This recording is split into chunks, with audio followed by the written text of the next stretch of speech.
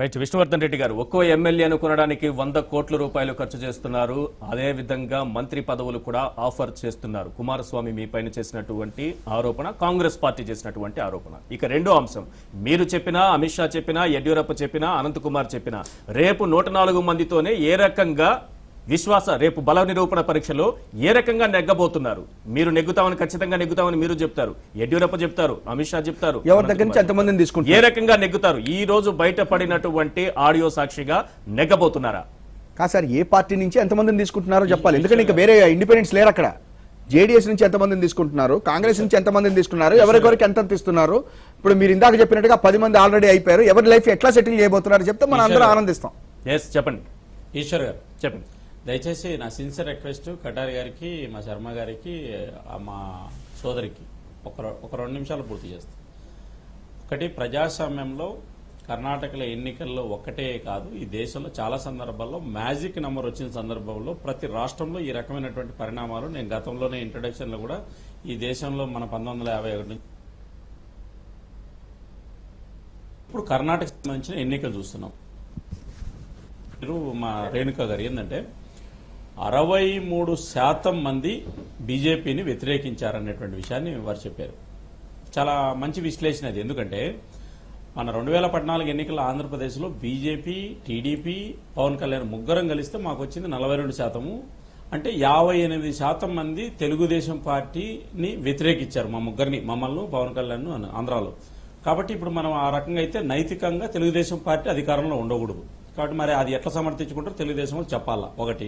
రెండోది, 108 అసెంబ్లీ స్థానాలు గెలిచిన తెలుగుదేశం పార్టీ ఈరోజు 130 స్థానాలు గెలిపింది అసెంబ్లీలో. ఎన్నికలే లేవు మధ్యలో. మరి ఎట్లా పెరిగాయో ఆ అసెంబ్లీ సీట్లు చెప్పాలా. తెలంగాణలో 65 సీట్లు గెలిచినటువంటి తెలంగాణ రాష్ట్ర సమితి ఈరోజు 100 సీట్లు పెరిగిపోయింది. అంటే ఎలక్షన్స్ లాగానే సీట్లు ఎట్లా పెరిగిపోయినాయి అనేటువంటిది కూడా ఇక్కడ మౌలికంగా మన ముందర ఉన్నటువంటి ప్రశ్న. కర్ణాటక పరిమితం అయితే కర్ణాటకలో కాబట్టి మా రేణుకా గారి బీజేపీ మీద కోపం ఉంది కాబట్టి మనం ఇట్లా చెప్పచ్చు. ప్రజలు ఎవరు దాన్ని యాక్సెప్ట్ చేయరు.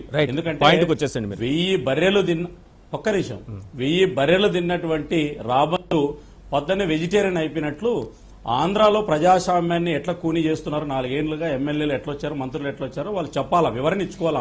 విష్ణు గారు, ఇక్కడే ప్రభుత్వ ఏర్పాటు ప్రభుత్వం మమ్మల్ని ఫామ్ చేయమని ఇచ్చారు. ప్రజల తీర్పుని మీకు ప్రభుత్వం ఏర్పాటు చేయమని ఇచ్చిందా? 50 లక్షలు ఇచ్చి తెలంగాణలో అడ్డగోలుగా ఆంధ్రాకి వచ్చామని చెప్పారా ప్రజలు? మీకు ఇచ్చిందా చెప్పండి. 50 లక్షలు ఎమ్మెల్యే మీరు సమాధానం చెప్పలేదు. ఇప్పటికి 2 ప్రశ్నలు దాటవేశారు. రెండింటికి సమాధానం చెప్పలేదు. మళ్ళీ మీకు అవకాశం ఇస్తాను, ఆ 2 ప్రశ్నలకు సమాధానం చెప్తారేమో. ఈ లోపు రేణుకా గారు ఒక్క నిమిషం, రేణుకా గారు ఒక్క నిమిషం ఆగండి. తాజకృష్ణ నుంచి జేడీఎస్ అలాగే కాంగ్రెస్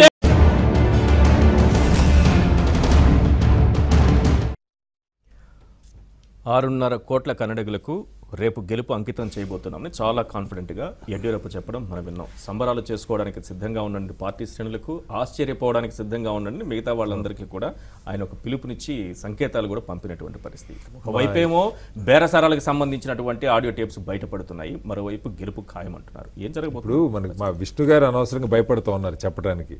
యడ్యూరప్ప గారు స్పష్టంగా చెప్పేశారు ఏం చేయబోతున్నారు. కాంగ్రెస్ నుంచి జేడీఎస్ రాకుండా ఎమ్మెల్యేలు ఎక్కడి నుంచి వస్తారు, వాళ్ళని ఎక్కడ తెచ్చుకొని గవర్నమెంట్ ఫామ్ చేస్తామని. ఇంకా అది చెప్పడానికి మొహమాటం ఎందుకు? వస్తారు చూడండి ఎందుకు? ఇప్పుడు నవ్విపోదురు కాక నాగేటి సిగ్గని సామెత ఉంది మనకి. మీరు ఏమన్నా అనుకోండి మేము ఇది చేస్తున్నాం అని చెప్పి యడ్యూరప్ప గారు చాలా క్లియర్గా ఉన్నారు మొట్టమొదటి నుంచి కూడా. ఆయన నిన్న 9:30 గవర్నర్ గారు నాకు ముందే కాగితం ఇచ్చేసాడు ఆయనకి, మీరు సంతకం పెట్టుకోండి, మీ టైం ఎప్పుడు ముహూర్తం చూసుకొని టైం వేసుకొని చెప్పి ఆయన కాగితం ఇచ్చాడు. అందుకని 9:30కి నేను రేపు 9:30కి ప్రమాణ స్వీకారం చేస్తానని గవర్నర్ కన్నా ముందు నేనే చెప్పేశారు. కాబట్టి ఆయనకేం మొహమాటం లేదు, మనకి స్పష్టంగా కనపడతా ఉంది. ఇప్పుడు కాదు విష్ణు గారు లాంటి వాళ్ళు కొంచెం, ఎందుకంటే మీడియాలో మాట్లాడతారు కాబట్టి జవాబు చెప్పాలి కాబట్టి ఆన్సర్లు రెడీ చేసుకోవాలి. ఎందుకంటే కాంగ్రెస్ నుంచి జేడీఎస్ నుంచి ఎమ్మెల్యేలు తీసుకోవాలి. అది 3. ఆయన నేషనల్ మీడియాలో చెప్పిన 10 మంది వీళ్ళే అతీతులని ఎవరు భావించండి. ఎందుకంటే వాళ్ళు 10 కోట్లు ఖర్చు పెట్టారు ఎన్నికలకి. వాళ్ళు బీజేపీలో చెప్పిన మాటే చెప్తున్నాను, ఎందుకంటే కాసేపు బీజేపీ కండ వేసుకొని చెప్తా. కాంగ్రెస్ వాళ్ళు జేడీఎస్ వాళ్ళు 20 కోట్లు ఖర్చు పెట్టారు కదా, ఆ 20 కోట్లు ఖర్చు పెట్టేవాళ్ళు మీ దగ్గరికి రావడానికి సిద్ధంగా ఉన్నారు. అయితే రేపు వచ్చి డైరెక్ట్ గా యడ్యూరప్పకి వాళ్ళు మద్దతు ఇవ్వాలి. మద్దతు ఇస్తే ఆయన డిఫెక్షన్ లాలో వాళ్ళు పోతారు, పదవి పోద్ది. సో పెట్టిన 20 దానికి అదనంగా ఇంకొక 20 మళ్ళీ ఎన్నికల్లో పోటీ చేయాలా, పరుగు పోద్ది జనంలో, వీటన్నిటి కలిపి కాంపెన్సేట్ చేయడానికి ఫిగర్ కరెక్ట్గా ఫార్ములా కరెక్ట్గానే ఉంది. 100 కోట్లు ప్లస్ మంత్రి పదవి. దానికి కూడా చెప్తా ఉన్నారు 100 కోట్లు నథింగ్ అండి. బెంగళూరులో ఈ ఎలక్ట్రానిక్ సిటీ దగ్గర ఎకరం 50-60 కోట్లు ఉంది. ఓ 200 కోట్లు 200 ఎకరాలు గవర్నమెంట్ది కాదనుకుంటే, ఇదంతా వాళ్ళు చెప్తున్న మాటే. 200 ఎకరాలు గవర్నమెంట్ది కాదనుకుంటే శుభ్రంగా తలా 2 ఎకరాలు ఏదో ఒక రూపంలో రాసి ఇచ్చేస్తారు అని చెప్పి. అంటే చూడండి, ఇది ఒక పద్ధతి అండి. లేదు రాజీనామా చేయటం. రాజీనామా చేయటం ఏం చేయాలి? పదవికి రాజీనామా చేసి అక్కడ రాకుండా ఉండాలి. రాజీనామాలు స్పీకర్ గారు అర్జెంట్గా ఆమోదించేస్తారు రేపు పొద్దున. ఎందుకంటే మీకు దానిలో మళ్ళా ఇక్కడ గొడవలాగా ఏమి ఉండదు. రెండే పద్ధతులు సార్. అయితే మ్యాజిక్ ఫిగర్ ని తగ్గించడం, మ్యాజిక్ ఫిగర్ ని 104కే తీసుకురావటం. దానికి ఏం చేయాలి? అప్స్కాండ్ కావటం, వాళ్ళు రాజీనామా చేయటం, ఏదో ఒకటి జరుగు 7 మంది. వీటన్నిటికి కూడా అంటే మనం ఎన్ని చెప్పినా మైక్ పెట్టుకుని జనం ముందు మాట్లాడుతున్నాం. బహుశా రేపు పొద్దున విష్ణు గారు కూడా అనంతపూర్లో పోటీ చేయాల్సిన నాయకుడు. జనంకి మా కోసం త్యాగం చేసి, ఇందాక ఆయన చెప్పారు కాంగ్రెస్ వాళ్ళు జేడీఎస్ తిట్టుకోలేదు ఎన్నికలని, బీజేపీతో తిట్టుకోలేదా? 3 పార్టీలు ఒకరికొకరు శత్రువులుగా కదా పోటీ చేశారు. కాబట్టి ఎవరైనా తిట్టుకుంటారు. ఆ తిట్టుకోవడం కోసం వాళ్ళిద్దరే కలిసి పదవి గవర్నమెంట్ ఫామ్ చేస్తున్నారని కాంగ్రెస్ ఎమ్మెల్యేలో జేడీఎస్ ఎమ్మెల్యేలో రాజీనామా చేస్తారంటే మిమ్మల్ని మీరు మోసం చేసుకోవటం. విష్ణు గారు, నేను అనేది ఈ తతంగం చూడండి ఎంత కంపరం పుడుతుందంటే నాకు ఇది నిజంగా మనం అందరం కంపరం పుట్టించుకోవాల్సిన పరిస్థితి. అంటే ఇవాళే మీకు కంపరం పుడుతుందని విష్ణు గారు అడగచ్చు. మనందరికీ 20-40 ఏళ్ళ నుంచి కంపరం పుడతానే ఉంది. దేశంలో 51 నుంచి కంపరం పుడతానే ఉంది. కానీ వాళ్ళ నుంచి అది ఆశించలా, మీ నుంచి ఆశించాం. వాళ్ళని సముద్రం, అది సముద్రం, మంచోడు ఉంటాడు, చెడ్డోడు ఉంటాడు, రకరకాలు. మీరంతా పరమ పవిత్రులు గంగలోంచి బయటకు వచ్చిన వాళ్ళని దేశం ఆశించింది విష్ణు గారు. మీరు ఆ పని, ఈ చట్టాల మార్పులు, ఈ ఎమ్మెల్యేలు కొనుక్కునే పరిస్థితి, ఎమ్మెల్యేల మద్దతు ఇందాక మీరు చెప్పారు 42% ఓట్లతో ఆంధ్రప్రదేశ్ అధికారంలో ఉంటాం. వీటన్నిటినీ సరిచేస్తారు. దామాషపత్తు లాంటి ఎన్నికలు తీసుకొస్తారు. ఓట్లు కొనుక్కునే దౌర్భాగ్యం, దరిద్రం ఏ పార్టీకి పట్టకుండా మీరు బాగు చేస్తారు. ఎమ్మెల్యేలు కొనుక్కొని దాచిపెట్టుకొని వాళ్ళ ఎమ్మెల్యేలు వాళ్ళు కోడి కప్పెట్టుకునే పరిస్థితి మీరు బోలేని సందర్భాలు ఫేస్ చేశారు. వీటన్నిటిని మార్చుకునే పరిస్థితి దేశానికి కావాలని కోరుకున్నాం. అది కాకుండా మీకు ఈ గేమ్ ఇది మీకు బాగా కిక్కిస్తా ఉంది. మోడీ గారికి, అమిత్ షాకి ఈ ఆట బాగా నచ్చింది. చాలా తేలిక, అదంతా పెద్ద తతంగం. ఈ తతంగం లేకుండా ఈ కొనుక్కోవడం బాగుంది, మజా వస్తుంది, కిక్ వస్తున్న రీతిలో మీరు దీనికి అలవాటు పడితే ఇది ఈ జాతికి దౌర్భాగ్యం. సార్ మన శ్రీనివాస్ కటార్ గారు లాంటి వాళ్ళు కూడా, వీళ్ళ మీద ఏదో ఆశలు పెట్టుకుని ఆ రోజున బీజేపీకి ఓటేయటం ఉంది చూశారు. నిజంగా వాళ్ళకి తెలియలేదు. ఇప్పుడు ఎట్లా ఉంటుందంటే చాలా మందికి ఏముంటుందంటే ఎప్పుడు వాడైనా కొత్తవాడు చూద్దాంలే అని చెప్పని అనిపిస్తుంది. కానీ వీళ్ళకి తెలియదు, తర్వాత తెలుస్తుంది. ఇప్పుడు ఇవాళ అదే తెలుస్తుంది జనాలందరికీ కూడా. కాంగ్రెస్ పార్టీ 70 సంవత్సరాలు పరిపాలన చేస్తే ఇప్పుడు ఆయన చెప్పినట్టుగా, మా విష్ణు గారు చెప్పినట్టుగా 96 తప్పులు చేసిందే అని అనుకుందాం. పోనీ తప్పులు చేస్తే ఇవాళ 4 సంవత్సరాలైనా 400 తప్పులు చేస్తున్నారు వీళ్ళు. ఇప్పుడు జనాలకు అర్థమైంది ఏంటంటే వీళ్ళకి ఎందుకు ఓటేసాము, ఇవాళ రోజున ఏంటి పరిస్థితి అని. ఇప్పుడు నిజంగా యడ్యూరప్ప గారు చూసారా, క్లియర్గా చెప్పేశారు కాంగ్రెస్ జేడీఎస్ నుంచి తప్ప ఇంకెక్కడి నుంచి నాకు ఓట్లు వస్తాయి అని చెప్పేశాడు. ఎందుకు భయం లేదు ఇంక. ఇప్పుడు నిస్సగ్గుగా తీసుకుని వచ్చేస్తున్నాడు. మేము అదే చెప్తున్నాం, 104 ఉన్న నీకు సార్ గెలుపు ఎట్టి పరిస్థితులను వాళ్ళకి కాదు, ఎట్టి పరిస్థితులను గెలుపు రాదు. ఇవాళ వీళ్ళు ఏం చేద్దామనుకున్నా, నిన్న సోనియా గాంధీ గారు వేసిన ఒక గుగ్లీకి ఏది ఒక్కసారి ఆయన జేడీఎస్ తోటి మేము ముఖ్యమంత్రిని ఒప్పుకున్నాం అనగానే అమిత్ షా గారు పరిగెత్తుకుంటా వచ్చాడు. అందరూ మోడీ గారు అదే రష్యా వెళ్ళాలంటే రేపు అవన్నీ పక్కన పెట్టి ముందర దీని సంగతి చూడమంటున్నట్ట. నిన్న మళ్ళీ రాత్రిపూట కోర్టు తలుపులు కట్టాం. ఆ తలుపులకి ఇవాళ పొద్దున్న వీళ్ళకి వచ్చినటువంటి కోర్టు తీర్పుతోటి మళ్ళా చతికిలబడ్డారు. ఇన్ని చేస్తున్నప్పటికీ కూడా వీళ్ళు చూడండి భయపడకుండా, అవినీతిగా భయపడకుండా ఎట్లయినా సరే ఎమ్మెల్యేలు కొందాం, ఏమైనా చేద్దాం, మొత్తం మీద గవర్నమెంట్ నిలబెట్టుకుందాం అనేటువంటి పరిస్థితి వచ్చింది. ఒక్కటి ఏంటంటే సార్, ఇప్పుడు ఇన్ని స్టేట్లు గెలుస్తూ వస్తున్నాం అన్నారు కదా, అది వేరు. అప్పుడు మేము ఏంటంటే చూస్తున్నాం, కానీ అన్యాయం చేయని ఏదో కంసుడికి 100 తప్పులు అన్నట్టుగా ఊరుకున్నాం. ఇప్పుడు ఒక్కసారి మనం లేవంగానే ఇవాళ రోజున ఒక్కసారి ఏదేదో అంటారు చూసారా, శత్రువుకు ఒక్కసారి భయం పుట్టిందంటే, వణుకు పుట్టిందంటే ఇంకా పరిగెత్తిస్తాం. విజయం మాదే. Congress is going to form the government with JDS tomorrow. Yeddyurappa గారికి ఏమీ లేదు, ఆయన మొహంలోనే కనిపిస్తుంది సార్. మీరు ఒక్కటే సార్ ఆయన మొహంలో ముఖ్యమంత్రిగా నేను ప్రమాణ స్వీకారం చేస్తాను, ఆయన మొహంలో చూసారు ఇప్పుడు కూడా చేసేసారు. ఇప్పుడు ఆయన మొహంలో ఏమన్నా ఏమన్నా సంతోషంగా అనిపించిందా? వాళ్ళు చివరికి కారు ఎక్కుతూ ఏమన్నా మీకు ఎక్కడి నుంచి వస్తుంటే జేడీఎస్ కాంగ్రెస్ అని చెప్పి వెళ్తున్నాడు అంటే ఏంటి? చివరికి మమ్మల్ని అడుగుతున్నాడు నన్ను ఎట్లా కొట్లా ఒకసారి బతికించండి అని చెప్పినట్టుంది తప్ప మా మంత్రులు ఉన్నారు నా మీద విశ్వాసం ఉంది వాళ్ళకని చెప్పట్లే ఆయన. వాళ్ళ దగ్గర నుంచి నేను లాక్కుంటాను చేసుకుంటాను. ఇప్పుడు అందుకనే విష్ణు గారిని నేను అడుగుతుంది అదే, ఇందాక కనిపించినటువంటి వాటి యొక్క భావం మీరు చెప్పలేకపోయినా మీరు ఎంతమందిని తీసుకెళ్తున్నారో ఇప్పటికైనా చెప్పండి. కానీ మీ పక్కన ఎవరు లేరు, విష్ణు గారు ఎవరు లేరు. కాంగ్రెస్ గవర్నమెంట్ ఫామ్ చేస్తుంది రేపు. మీరు కనుక ఫామ్ చేయటము అంటే ఈ దేశానికి అప్రజాస్వామికంగా గానీ రాజ్యాంగాన్ని తుంగలో తొక్కైనా సరే మీరు చేస్తామంటే ఇదే చివరి ఎన్నికలు భారతీయ జనతా పార్టీకి అనేది కూడా గుర్తుంచుకోండి మీరు. రైట్, ఒక చిన్న విరామం తీసుకుందాం. విరామం తర్వాత విష్ణు గారితో మనం మాట్లాడదాం. Take a short break.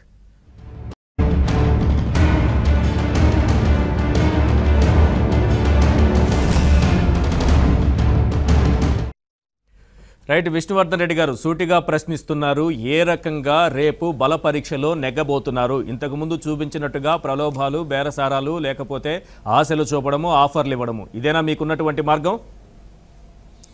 అవసరం లేదు ఈశ్వర్ గారు. ఒకటి ఇప్పుడు నేను శర్మ గారికి కానీ లేకపోతే కటారి గారికి కానీ ఒక విషయాన్ని క్లారిటీగా వదలుచుకున్నా. కర్ణాటక శాసనసభలో రేపు బల పరీక్ష సమయంలో మాకు ఎన్ని కావాలి, ఈ రోజు ఒకవేళ ఫ్లోర్ ఆఫ్ ది హౌస్ లో 100% ఎవరైతే గెలిచినారో అందరూ వస్తే మాకు 110 కావాలి, 111 కూడా కాదు. ఎందుకంటే కుమారస్వామి 2 సీట్లలో పోటీ చేశాడు కాబట్టి ఒక సీట్ నే ఒక ఓటు కిందే కన్సిడర్ చేస్తారు కాబట్టి మా దగ్గర ఆల్రెడీ 104 ఒక ఇండిపెండెంట్ ఉన్నాడు, మేము 105, మాకు 5 మంది సభ్యులు కావాలి. ఎప్పుడు 5 మంది సభ్యులు కావాలి? ఫ్లోర్ ఆఫ్ ది హౌస్ లో కాంగ్రెస్ జేడీఎస్ సభ్యులు మొత్తం నాకు తెలిసినంత వరకు 111 మంది సభలో అప్పుడు మాకు 110 కావాలి. మాకు ఒక విశ్వాసం ఉంది. కర్ణాటకలో 5 కోట్ల మంది ప్రజలు భారతీయ జనతా పార్టీకి 104 సీట్లు ఇచ్చారు.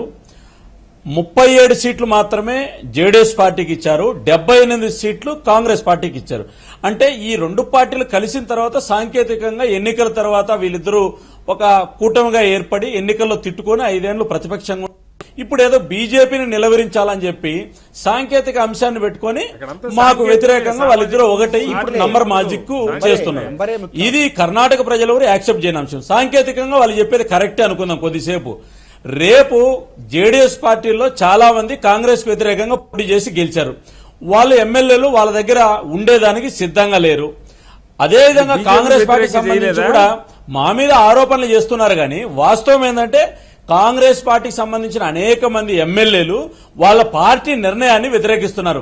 మేము ఎవరిని కొనుక్కోవాల్సిన అవసరం లేదు, వాళ్ళెవరిని 10 మంది 20 మందిని తెచ్చుకోవాల్సిన అవసరం లేదు. వాళ్ళు తీసుకున్నటువంటి ఒక అనైక్యత పొత్తు ఏదైతే ఉందో దాన్ని 2 పార్టీల్లో విభేదిస్తున్న సందర్భంలో వాళ్ళు సభకు హాజరు కాలేదనుకోండి, సభలో 200 మంది ఉన్నారనుకోండి, అప్పుడు 200 మంది ఉన్నప్పుడు మేము బల నిరూపణ ఎంత చేసుకోవాలా? 101 చూపించుకోవాలా. వాళ్ళిద్దరు కలిసి 100 మంది హాజరైతే. లేదు 100 మంది ఉన్నా కూడా మాకు 104 ఇండిపెండెంట్ 108 మందిని మీరు కొనుక్కున్నారనుకోండి, బేరసాలు 50 కోట్లు 20 కోట్లు ఒక రకం. సెకండ్ ఆప్షన్ ఏంటంటే 8 మందిని మీరు కొనుక్కున్నారనుకోండి, లైఫ్ సెటిల్ చేశారనుకోండి, 110 సీట్లే గెలిచింది. ఆ రోజు కూడా మాకేం మ్యాజిక్ ఫిగర్ లేదు. ఆ రోజు కూడా 113 సభ్యులు కావాల్సి ఉంటే శర్మ గారు ఒక్క నిమిషం అనండి, మేము గెలిచింది 110.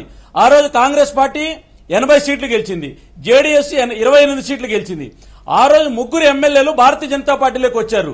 వస్తే మేము బల నిరూపణ చేసుకున్నాం. ఎట్లా నిరూపణ చేసుకున్నాము? దొడ్బలాపూర్ సంబంధించినటువంటి నరసింహస్వామి కాంగ్రెస్ ఎమ్మెల్యేగా మాకు రాజీనామా చేసి భారతీయ జనతా పార్టీలో చేర్చుకున్నాము. అదే సందర్భంలో సోమన్న కాంగ్రెస్ ఎమ్మెల్యే రాజీనామా చేసి మా దగ్గరికి వచ్చారు. ఒక జేడీఎస్ ఎమ్మెల్యే ఆ రోజు రాజీనామా చేసి దగ్గరకు వచ్చారు. ఇప్పుడు ఎంతమంది కాంగ్రెస్ ఎమ్మెల్యేలు రాజీనామా చేయబోతున్నారు? భారతీయ జనతా పార్టీ ఎంతమంది కాంగ్రెస్ ఎమ్మెల్యేలు రాజీనామా చేయబోతున్నారు? ఎంతమంది జేడీఎస్ రాజీనామా చేయబోతున్నారు? అన్యాయంగా పొత్తు ఏదైతే ఉందో ఇప్పుడు అది వద్దు సార్. ఇప్పుడు మీరు బాగా మంచి పాయింట్ చెప్పారు. ఇప్పుడు జేడీఎస్ నుంచి ఎంతమంది, కాంగ్రెస్ నుంచి ఎంతమంది, ఏంటంటే ఈ రోజు తెలుగుదేశం పార్టీని బతికించిన సార్ అవన్నీ వద్దు. స్ట్రైట్ గా మాట్లాడుకుందాం. రక్షణ కల్పించినటువంటి ఇప్పుడు 2005లో 3 తీసుకున్నారు. విష్ణు గారు ఇప్పుడు మీరు బాగుంది, మీ పాయింట్ క్లియర్ గా ఉంది. లాస్ట్ టైం 3 తీసుకున్నారు. ఇప్పుడు జేడీఎస్ నుంచి ఎంతమంది, కాంగ్రెస్ నుంచి ఎంతమంది? ఇప్పుడు చెప్పండి సార్, ఎంతమంది తీసుకుంటున్నారు? నీతులు చెప్తున్నారు.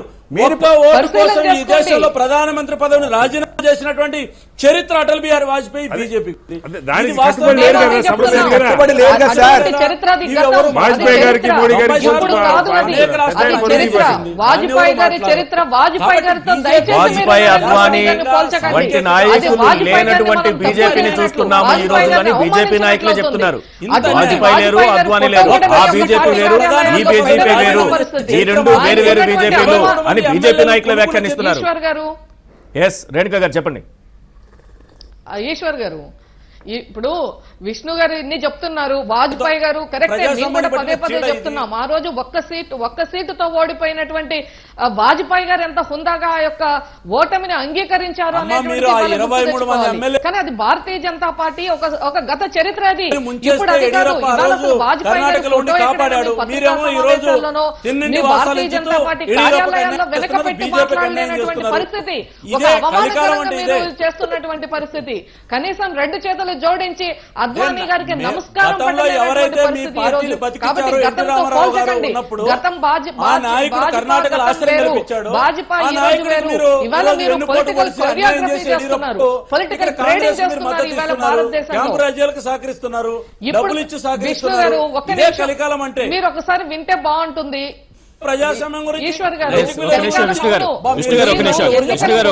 ఎలా చెప్తున్నారు? ఈశ్వర్ గారు, విష్ణు ఒక్క నిమిషం, మీరు ఎన్నికల ప్రచార సమయంలో ఏం చెప్పారు? మేము కాంగ్రెస్ పార్టీ ఏమో మేము అధికారంలోకి వస్తున్నాం, మాకు మెజారిటీ వస్తుందంటే. నాకు ఇది ఆడియో బాగా లాగ్ ఉంది. క్లియర్ గా ఉంది, మాట్లాడొచ్చు మీరు. ఉండమ్మా, ప్రకృతి కూడా సహకరించదు. ఆడియో లాగ్ వస్తుంది. మనం తప్పు చేస్తే, అన్యాయాలు చేస్తే ఒకవేళ ఈ క్షణంలో సహకరించకపోవచ్చు, సరైన సమయానికి సహకరించింది అనుకోండి, రేపు బల పరీక్షలో నెగ్గేటటువంటి అవకాశం ఉండదేమో. ఈ సమయంలో సహకరించింది, రేపు సహకరించకపోవచ్చు. సరైన సమయంలో సహకరించాల్సి ఉంటుంది. సాంకేతిక సహకరించడం లేదు, టెలిఫోన్ సహకరించడం లేదు. ఇప్పుడు మీకున్నటువంటి సహకారం రేపు బల పరీక్ష సమయానికి ఉంటుందో లేదా? ఏర్పాటు చేస్తామన్నారు తప్ప ఎప్పుడు కూడా మాకు మ్యాజిక్ ఫిగర్ వస్తుందని చెప్పలేదు. మీరు ఎన్నికల ముందరే ఇటువంటి అన్ని కార్యక్రమాలకు పూనుకున్నారనేటువంటిది అర్థమైంది. కాంగ్రెస్ పార్టీ ఎమ్మెల్యేల మీద మాత్రమే మీరు ఆ ఇన్కమ్ ట్యాక్స్ దాడులు వెళ్తున్నారా? మొట్టమొదటిసారి ఇస్తున్నారా? ఎందుకు మీరు యుక్తులు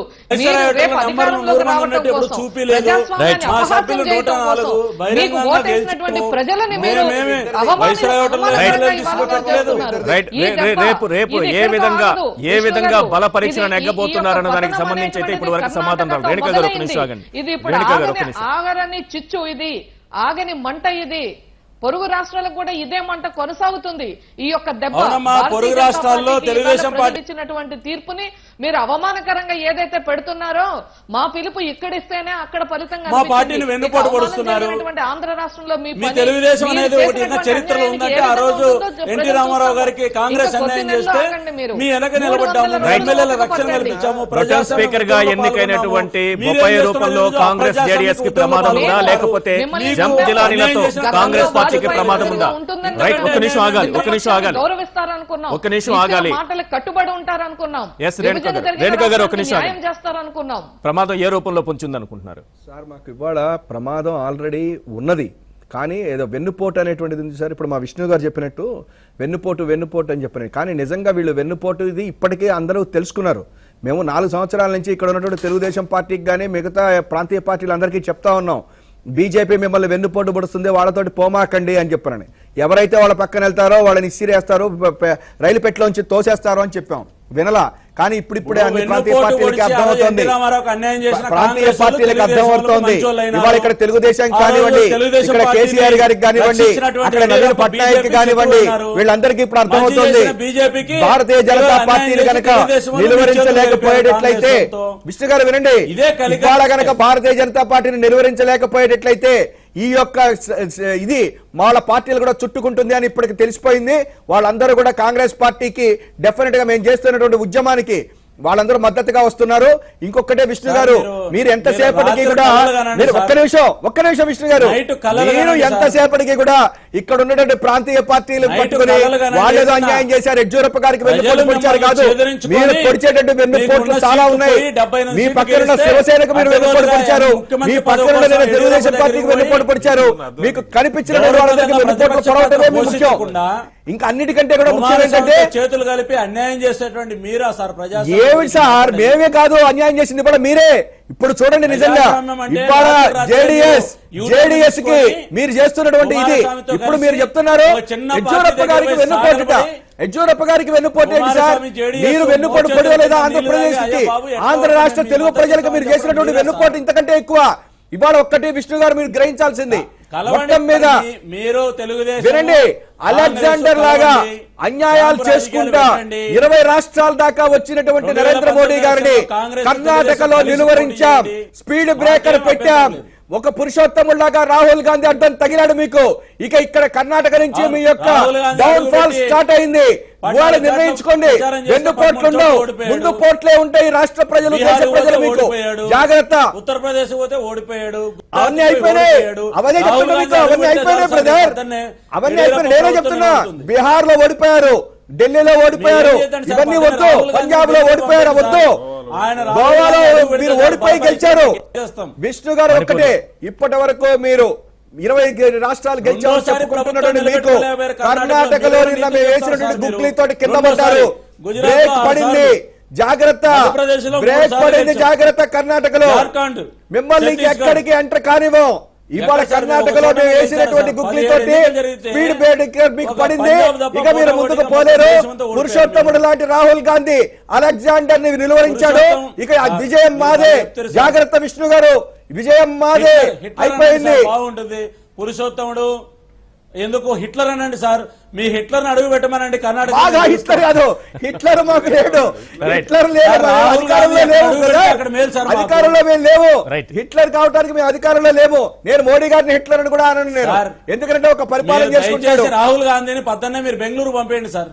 అక్కర్లే, అక్కడ ఇప్పుడు ఢిల్లీలో కూర్చుని నొక్కినటువంటి ప్రభుత్వాన్ని కాపాడుకోలేరు మీరు.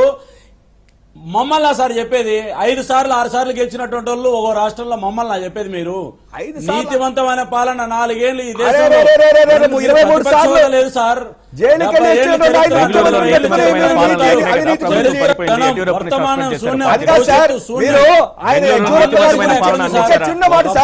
కాంగ్రెస్ పార్టీ బ్రహ్మాండంగా చెప్పిన ఒక్క చిన్న మాట. ఇప్పుడు ఆమె రేణు గారిని అడిగారు, ఆయన సస్పెండ్ చేశారు, ఆయన సస్పెండ్ చేశారు, వేరే పార్టీ పెట్టుకున్నాడు, ఎన్నికల్లో పోటీ చేశాడు, మళ్ళా ఆయన తెచ్చుకున్నారు, ఆయన సీఎం క్యాండిడేట్ అన్నారు. ఇంతకు మించిన దారిద్ర్యం ఇంకేముంటుంది విష్ణు గారు?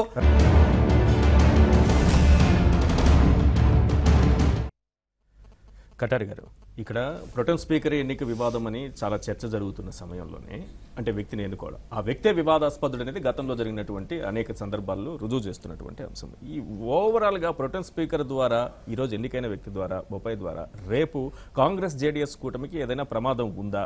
ఆ పార్టీలు అనుమానిస్తున్నాయి, ఎట్లా చూడాలి? ప్రమాదం జరగాలని ఇందులో సందేహం లేదండి. ఇప్పుడు ఇవాళ కాదు, మీకు వాజ్పేయి గారు ప్రధానిగా ప్రమాణ స్వీకారం చేసే రోజు, ఆ రోజు బీజేపీ ఎక్కువ స్థానాలు గెలిచిన రోజు కూడా ప్రోటెం స్పీకర్గా పార్లమెంట్లో 3 సార్లు ఇంద్రజిత్ గుప్తా ఉన్నారు, ఐకే గుప్తా, మీకు వామపక్ష పార్టీలకు చెందిన వ్యక్తి. ఎప్పుడు కూడా ఈ చిన్న చిన్న వాటి కోసం ఒక సాంప్రదాయాల్ని, విలువల్ని, వీటిని తాకట్టు పెట్టే పని ఎవరు చేయలేదండి. వాజ్పేయి గారి పేరు కోట్ చేశారు, కానీ వాజ్పేయి గారు ఆయన చెప్పినట్టు ఒక్క ఓటు కొంత వదులుకోబట్టి వాజ్పేయి గారు ఇవాళ స్టేట్స్మెన్గా ఉన్నారు. ఇవాళ మనం మాట్లాడుకునే పరిస్థితి వాళ్ళ కీర్తిని గురించి. రేపొద్దు నిజంగా ఒక జాతీయ పార్టీ ఆ రకంగా ఉండాలి తప్ప ఇలా ఉంటుంది కదా. ఈయన గురించి ఇప్పుడు బోపయ్య గారిది ఇందాక నుంచి వస్తా ఉన్నాయి, 8 మంది వాళ్ళ పార్టీ వాళ్ళని అడ్డంగా తీసేసిన పరిస్థితి ఆయన అని చెప్పి పార్టీ వాళ్ళొక లైన్ తీసుకుంటే. కాబట్టి ఇందులో రెండో మాట లేదు. 8 సార్లు స్పీకర్గా ఉన్న వ్యక్తిని, ఎమ్మెల్యేగా ఉన్న వ్యక్తిని పక్కకు పెట్టి ఈయన్ని నియమించడంలోనే, అంటే ప్రతి స్టెప్ హడావుడే చెప్తారండి, ప్రతి స్టెప్ లో హడావుడే కనపడుతుంది. మాట్లాడుతున్నారు. ఒక చిన్న ఫీడ్బ్యాక్ మీరే చెప్పండి. 2008 కూడా అప్పుడు గవర్నరు ప్రొటెంట్ స్పీకర్ గా కాంగ్రెస్ పార్టీ అర్థం లేని వాదన. మీరు ఒకసారి హిస్టరీ చూడండి. ఇదే బోపయ్యే ఆ రోజు ప్రొటెంట్ స్పీకర్ గా ఉన్నాడు. ఇప్పుడు ఎంక్వైరీ చేయండి. ఎక్కడ కూడా కాన్స్టిట్యూషన్ లో లేకపోతే స్పీకర్ మాన్యువల్ లో లేకపోతే స్పీకర్ రూలింగ్ లో ఎక్కడ కూడా విష్ణు గారు సీనియర్ మీరు ఒక మాట వినాలి ఉన్నది నేను చెప్పనివ్వండి మీరు అదొక సంప్రదాయం ఉంది నేను కదా. చెప్తానండి బోపయ్య అనేటువంటి వ్యక్తి 2008లో కూడా చెప్పనివ్వండి సార్ నేను కాదట్లేదు 2008 చెప్తున్నా. కాబట్టి మీరు చెప్పిందాన్ని డినై కాంగ్రెస్ చేయట్లేదు వాదనకు మీరు బలం చేకూర్చండి. మీరు చెప్పిందాన్ని అది డినై ప్రజలు చేయట్లా నమ్మరు. వినండి మీరు చెప్పిందాన్ని డినై చేయట్లా 2008లో బీజేపీ గెలిచింది అబ్సల్యూట్ మెజారిటీ వచ్చింది ఆ రోజు మీరు ఎవరిని పెట్టుకున్నా రాలేదు తప్పు 2000 రాలేదు 110 చెప్పారు లేని 3 వచ్చినాయి తెలుసు కదా అది. మీరు కొంచెం కటారి గారు మీకు హిస్టరీ తెలుసు మేము ఆ రోజు కూడా మాకు ఫుల్ బెడ్జ్ లేదు మీకు ముగ్గురే ఆ రోజు చెప్పారు. మేము చెప్పారు కదా. మైనారిటీ ప్రభుత్వంలో 210 సీట్లే గెలిచాం చెప్పారు సార్ నేను అంటుంది నీకు దానికి ఆ రోజు కూడా తెలుగు ఇప్పుడు కాంగ్రెస్ నుంచి దీని- రాజీనామా చేసి మా దాంట్లోకి వచ్చారు. ఒక మాట వినండి నేను చెప్పేది ఇప్పుడు మీకు దేశవ్యాప్తంగా ప్రతి రాష్ట్రంలో జరుగుతున్న అసెంబ్లీ ఎన్నికల్లో ఒక బలమైన ఇష్యూ లేనప్పుడు గొడవ లేదు ఇష్యూ ఉన్నప్పుడు ఇంత గందరగోళం జరుగుతున్నప్పుడు హడావుడిగా ఒక ఆంగ్లో ఇండియన్ని నామినేట్ చేయాల్సిన పని ముఖ్యమంత్రికి కానీ లేకపోతే 8 సార్లు ఎమ్మెల్యేగా ఉన్న వ్యక్తిని పక్కన పెట్టి 3 సార్లు ఉన్న వ్యక్తిని నియమించాల్సిన పరిస్థితి కానీ గవర్నర్ గారికి ఎందుకు రప్పించాలి మనం అది చర్చ ఆయన బ్యాక్గ్రౌండ్ సరే ఆయన యడియూరప్ప గారికి దగ్గర మనిషి RSS నేపథ్యం ఇవి కూడా నేను మాట్లాడట్లా కానీ మీరు తీసుకుంటున్న నిర్ణయాల వల్ల వ్యవస్థల్ని కొల్లబెట్టే 2008లో కూడా బీజేపీకి 210 గెలిచాము ఆ రోజు మాకు 3 సీట్లు తక్కువ ఉన్నాయి చెప్పాను సార్ అది. 224 సీట్లు నేను చెప్పింది మీరు కర్ణాటక చెప్తున్నారు అసెంబ్లీలో మళ్ళా. మాకు 113 మ్యాజిక్ నెంబరు మీకు మీరు ఏదో బీజేపీని తిట్టాలని మాట్లాడుతున్నారు తప్ప చరిత్ర మాట్లాడడం లేదు. నేను వినట్లా మీరు నేను చెప్పేది మీరు ఆ వినట్లా. రోజు కూడా మాకు తక్కువ ఉంటే బోపయ్య గారే వచ్చారు. తిరిగేసి Yes, పరిగెత్తి రేణుకా గారు, చెప్పండి. రేణుకా గారు. చెప్పేది ఏముంది? మీరు చెప్పేది వినకూడదు ఇద్దరు మాట్లాడతాం రేణుకా గారు చెప్పండి.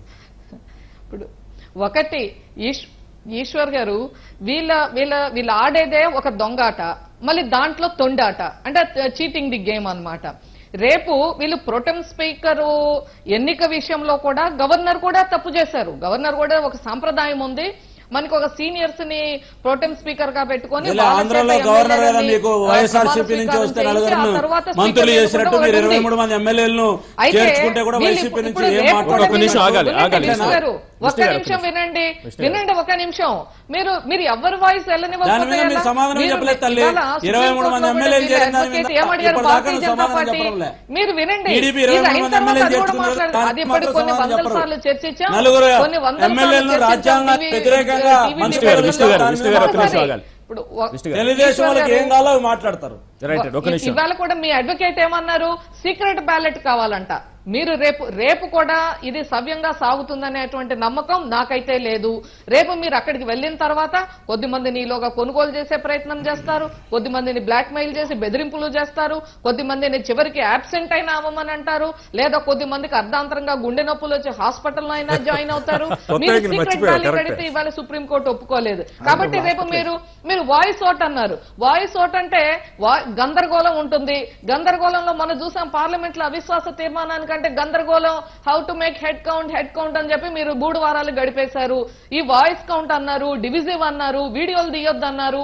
ఇది ఏ విధంగా అవుతుంది అనేటువంటిది దేవుడికే తెలియాలి. కాబట్టి ఈ నేపథ్యంలో ఈరోజు ఈ నేపథ్యంలో బీజేపీ వినండి విష్ణు గారు మీరు గతంలో ఏదైతే ఆపరేషన్ కమలం ఒక్కసారి విష్ణు గారు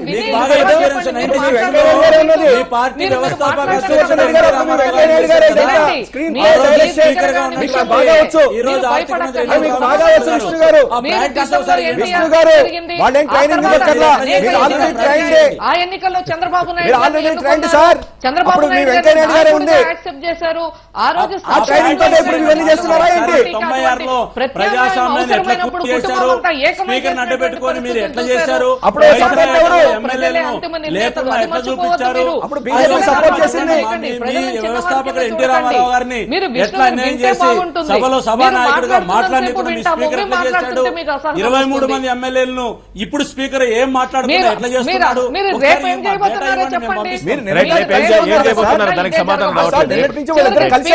ట్రైనింగ్ ఇప్పుడు కలిసి ఉండి ట్రైనింగ్ ఆల్రెడీ తీసుకున్నారు. మీరు తీసుకుని ఇప్పుడు అవన్నీ చేస్తున్నారు. ఇప్పుడు అక్కడ ఈలోగా మరికొన్ని బేరసారాలు చేయొచ్చు. కాబట్టి రేపు ఒక పెద్ద డ్రామా జరగబోతుంది. ఎన్టీ రామారావు గారి మీద ఆ రోజు స్పీకర్ ఎట్లా వివరించాడు, ఏ రకంగా ఎన్టీ రామారావు గారు లేచి సభానాయకుడిగా రేపు ఏ విధంగా బల నిరూపణ చేసుకోబోతున్నారనే దానికి సమాధానం రావట్లేదు. రేపు రేపు ఏ విధంగా బల నిరూపణ అది చేసుకోబోతున్నారు, చెప్పండి. రేపు మీకు మీకున్నటువంటి 112 మార్గాలు ఎట్లా ఏంటి, వస్తుంది? ఏ మీరు మార్గంలో మళ్ళీ నెగ్గబోతున్నారు, ఆపరేషన్ మొదలు బల పరీక్షలో ఏ పెట్టబోతున్నారు. మార్గంలో నెగ్గబోతున్నారు, రేపు సంబరాలు చేసుకోవడానికి కూడా సిద్ధంగా ఉండని పిలిపిచ్చేశారు. ఏ ఇప్పుడు మార్గాలు ఈ కనిపిస్తున్నాయి 2.5 మీకు? గంటల చర్చలో ఒక నిమిషం ఆ ఒక నిమిషం ఒక్కటి తప్ప రేణుక గారు, విష్ణు ఒక అన్నీ నిమిషం ఆగండి. చెప్తున్నారు. ఒక నిమిషం విష్ణు గారు ఈ వస్తాను. 2.5 గంటల్లో ఒక నిమిషం మీకు విష్ణు గారు వస్తాను. 112 ఎట్లా వస్తుందో చెప్పండి. సుందరరామ శర్మ గారు, వాళ్ళ calculation. ఇప్పుడు యడ్యూరప్ప గారిది మనం చూసిన తర్వాత చాలా క్లారిటీ వచ్చేసింది సార్. ఆయన చాలా క్లియర్గా చెప్పాడు ఏమనంటే నాకు ఎమ్మెల్యేలు దొరికేది కాంగ్రెస్ జేడీఎస్ నుంచే నాకు దొరుకుతారు, వాళ్ళ నుంచే వస్తారు అని ఆయన క్లియర్గా చెప్పేశారు. నేను ఇవాళ ఒక్కటే చెప్పదలుచుకున్నా, మీరు ఎట్లా గెలుస్తారు, ఏం చేస్తున్నామో అనేటువంటిది అట్లీస్ట్ ముఖ్యమంత్రిగా వాళ్ళ ప్రమాణం స్వీకరించేసినటువంటి ఆయనే చెప్పిన తర్వాతన ఇంకా విష్ణు గారు ఎందుకు మొహమాటపడుతున్నారో నాకు అర్థం కావట్లే. ఆయన క్లియర్గా చెప్పాడు వాళ్ళ దగ్గర నుంచి కొనుక్కుంటామా, ఎట్లా చేస్తామో, ఏం చేస్తామో అనేది ఆయన క్లియర్గా చెప్తా ఉన్నాడు. దయచేసి నేను ఒక్కటే చెప్తా ఉన్నాను విష్ణు గారు, మీరు వాళ్ళు ట్రైనింగ్ ఇవ్వలేదు మాకు, వీళ్ళు ట్రైనింగ్ ఇవ్వలేదు మాకు, ట్రైనింగ్ ఇవ్వండి అక్కర్లే. మీకు ఆల్రెడీ ట్రైన్డ్, మీరు ఫుల్గా ట్రైన్ అయిపోయారు. ఎట్లయినా సరే ఈ రాష్ట్రాలను గెలుచుకుంటూ పోవాలా, రాజ్యాధికారము అవే కావాలా, రాష్ట్రంలో ఏమీ కూడా మీకు రాజ్యాంగం అక్కర్లేదు, ప్రజాస్వామ్యం అక్కర్లేదు, మీకు కావాల్సింది ఒక్కటి ప్రతి చోట మీ జెండా ఎగరాలి అని చెప్పనే మీరు ముందుకు పోతా ఉన్నారు. కాకపోతే ఒకటేంటంటే సార్, ప్రకృతి అనేటువంటిది ఎప్పుడూ కూడా మనకు అనుకూలంగా ఉన్నది. ఇందాక మీరు అన్నారు చూసారు, అట్లా ఇప్పటివరకు మీరు ఇందాక చెప్పారు ఉత్తరప్రదేశ్లో గెలిచాం, లేకపోతే ఇంకొక బీహార్లో ఓడిపోయినా ఇంకొక దీంట్లో గెలిచామని చెప్పుకుంటూ వచ్చారు. నేను కాదని అంటలా, నిజమే. మీరు 5ో 4ో మీరు అధికారంలోకి వచ్చేసరికి ఉన్నవి ఇవాళ 20 దాకా వచ్చారు. కానీ ఎక్కడొక్కడ మీకు బ్రేక్ పడాలి కదా, పడక తప్పదు, అది ప్రకృతి. అది మీకు నిన్న కర్ణాటకలో పడింది. ఇక్కడి నుంచి ఇక మీకు ఫాల్ డౌన్ స్టార్ట్ అయింది అనేది మాత్రం గుర్తుపెట్టుకోండి. మీరు ఇప్పటికైనా చెప్తున్నా, చిన్న పిల్లవాడికి తెలుసు 104 116 ఏది ఎక్కువ అంటే వాడే చెప్తారు. కానీ మీరు ఇప్పటికీ ఏం చెప్తున్నారంటే వాళ్ళ 2 పార్టీల నుంచి తీసుకుంటాము అనేటువంటి 113 అంటే ఇక్కడ లెక్క సరి చేస్తాం రేపు సాయంత్రం. అదే సార్, ఆ సరి చేయడానికి తక్కువ ఉండొచ్చు. ఇప్పుడు ఎగ్జాక్ట్లీ ఇప్పుడు 104 116 అంటే చోట మీరు ఏమని చెప్తున్నారంటే వాళ్ళ దగ్గర నుంచి మేము లాక్కుంటాము అని చెప్తున్నారు. ఎంత నిస్సగ్గుగా చెప్తున్నారంటే అది బాధగా ఉంది మాకు. ఇవాళ ఒక ముఖ్యమంత్రిగా పదవి స్వీకారం చేసిన ఆయన మీకు ఎమ్మెల్యేలు ఎక్కడి నుంచి వస్తారు, కాంగ్రెస్ జేడీఎస్ నుంచి అంటే ఎస్ అక్కడి నుంచి కాక ఇంకెక్కడి నుంచి వస్తారంటున్నాడు. మీరు ఇంత నిస్సగ్గుగా రాజ్యాంగాన్ని, ప్రజాస్వామ్యాన్ని కూనీ చేయటం అనేటువంటిది ఇప్పటి వరకు ఈ దేశ చరిత్రలో జరగలే. ఇందాక మీరు చెప్పారు 96 సార్లు 70 సంవత్సరాల పరిపాలనలో జరిగిందని. కానీ ఇంత నిస్సగ్గుగా ముఖ్యమంత్రిగా పదవి స్వీకారం చేసినటువంటి వ్యక్తి ఇతర పార్టీల నుంచి నేను తీసుకుంటానని, ఈ రకంగా నేను ఏ రకంగా అయినా సరే రేపు నిలబడి ఉత్సవాలు చేసుకుంటానని చెప్పినటువంటి ఏకైక ముఖ్యమంత్రి నిన్న ఇవాళ కర్ణాటకలో మీ యొక్క ముఖ్యమంత్రి. దయచేసి ఎప్పటికైనా మారండి, మీరు మారకపోతే ప్రజలు మారుస్తారు. మేము నిన్న మీకు పెట్టినటువంటి గుగ్లీ షాట్ తోటి మీ అమిత్ షా గారు నిన్న పదవి స్వీకారానికి కూడా రాలేదు.